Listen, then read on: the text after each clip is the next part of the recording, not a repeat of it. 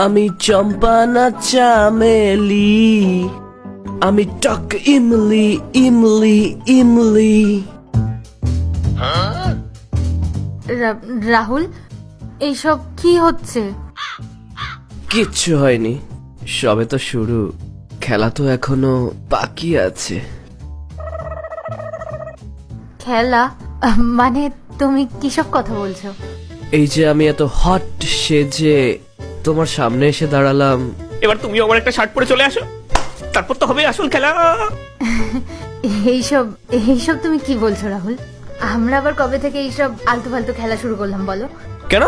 তুমি তো আমাকে এক সপ্তাহ ধরে বলছিলে তোমাকে আমি মেয়ে সাজাবো মেয়ে সাজাবো, মনে পড়ছে না তোমার?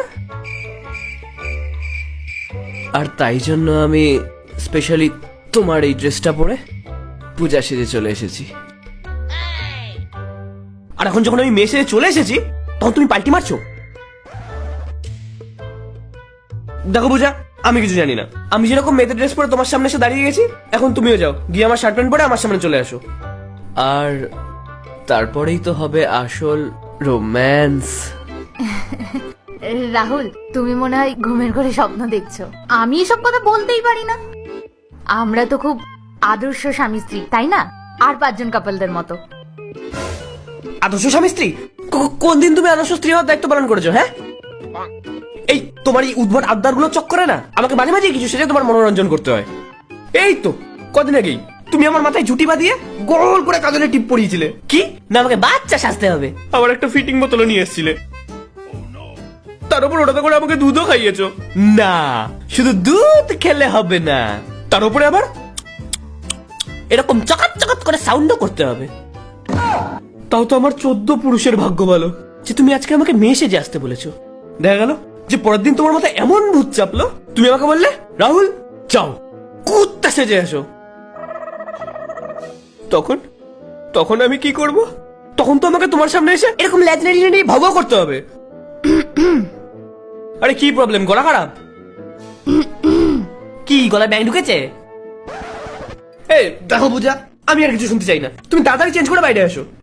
দেখো রাহুল, আমি তোমাকে এটাই বলতে চাইছি যে তুমি যাও, গিয়ে চেঞ্জ করে আসো, আমরা অন্য কোনো দিন আবার খেলবো। হ্যাঁ? ও হ্যালো, এক মুখে কত কথা বলবে তুমি? এই তুমি আমাকে একটু আগে বললা রাহুল যাও মেয়েদের ড্রেস পরে আমার সামনে এসে দাঁড়াও, নাহলে নাকি তোমার কপালে খুব দুঃখ আছে, আর তার জন্যই আমাকে এই ড্রেসটা পরে এখানে আসতে হয়েছে। আর তুমি জানো এই ড্রেসটা পরতে আমার কতটা কষ্ট হয়েছে, কোথা দিয়ে হাত ঢুকছে কোথা দিয়ে মাথা ঢুকছে কিছুই বুঝতে পারছি না, আর মাঝে মাঝে এমন জায়গা দিয়ে হাওয়া ঢুকছে সেটা আমি কাউকে বলতেও পারবো না। আর তুমি আমাকে বলছো এখন চেঞ্জ করে আসতে, তুমি তাড়াতাড়ি যাও, গিয়ে আমার শার্ট প্যান্ট পরে এখানে আসো, না হলে আমি কি করব? হ্যাঁ, আমি তোমার সামনে এমন কথা কাঁদবো না তুমি হাসতে হাসতে পাগল হয়ে যাবা। রাহুল, আমি তোমাকে এখনো বলছি, আমার ইশারাটা বোঝো। আরে কি তখন ঘেড়ি বেঁকে পূজা, এই মালটা কোথা থেকে আসলো? কেন? ও তো তোমারই বন্ধু, তুমিই তো বলেছো নিজের বাড়ি মনে করে যখন ইচ্ছা এখানে চলে আসবি। আরো বলো, চম্পা না চামেলি ছালিমলি টকিমলি। ছাড়ো। এই তুই ফোনটা এরম এরম করে কি করছিস রে? ভিডিও করছিস নাকি? দেখ ভাই, এগুলো কিন্তু একদম ভালো না, ডিলিট কর।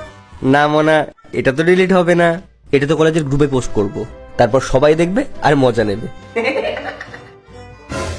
দেখ ভাই, খুব খারাপ হয়ে যাবে বলে দিচ্ছি। হ্যাঁ, এইভাবে দাঁড়াবি, হেভি লাগছে ভাই, পোস্টে দারুণ লাগছে, থাক। এইবার তো হবে আসল খেলা বন্ধু।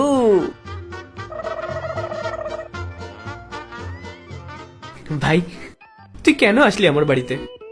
আর যখন আসলি তখন ভিডিওটা করতে গেলি কেন? ভিডিও করেছে তো কি হয়েছে? বন্ধু ভাই ভুল করে ফেলেছে।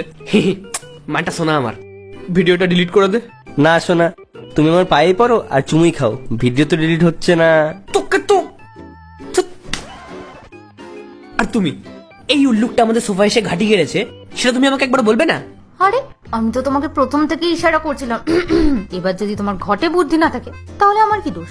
তা না করে ডিরেক্ট তো আমাকে বলতে পারতে যে মনোজ এসেছে। তুমি আমাকে বলার সুযোগটা দিয়েছিলে, তার আগেই তো এরকম সঙ্গের মতো সেজে নাচ করতে শুরু করে দিলে। ভাই মনোজ, দুষ্টু ভাই আমার, মিষ্টি ভাই আমার, আমি তোর কাছে হাত জোর করে বলছি, প্লিজ ভিডিওটা ডিলিট করে দে। তুই ভুলে গেলি সেদিনটার কথা? মনে পড়ে কলেজের ফেস্টে তুই আমাকে দ্রৌপদী সাজিয়েছিলি? আমি তোকে কতবার করে বলেছিলাম, ভাই করিস না এরকম, করিস না আমার সাথে। আমি তোর হাতে পায়ে ধরেছিলাম, কিন্তু তুই আমার কথা শুনিসনি তখন। সেদিনকার তোর জন্য আমার মান সম্মান সব জলের তলে চলে গেছিল।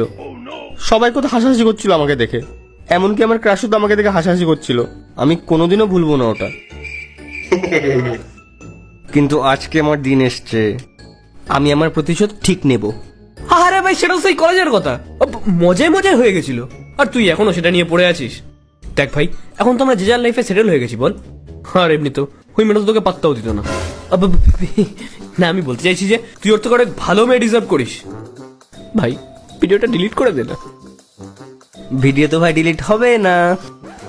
দেখ ভাই, আমি তোর সামনে হাত জোর করলাম, তোর পায়েও পড়ে গেলাম, তুই আমাকে বল ভিডিও ডিলিট করার জন্য আর কি কি করতে হবে বল।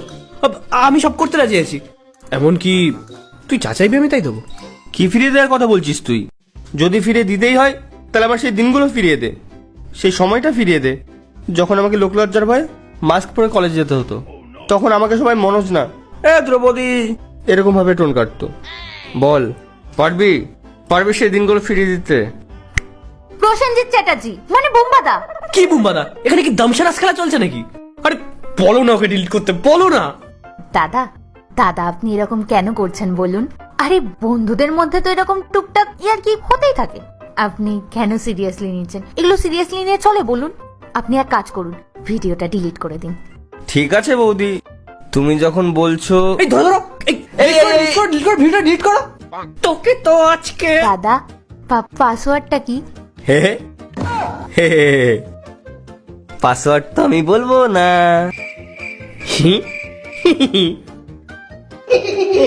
আরে বুঝাই একটা অশিক্ষিত, দেখো 1 2 3 4ই হবে। দাও দাও দাও।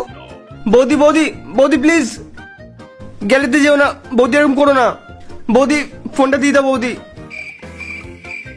আরে তোমার আবার কি হলো, স্ট্যাচু হয়ে গেলে কেন? ধ্যাত তেরি কি তোমার।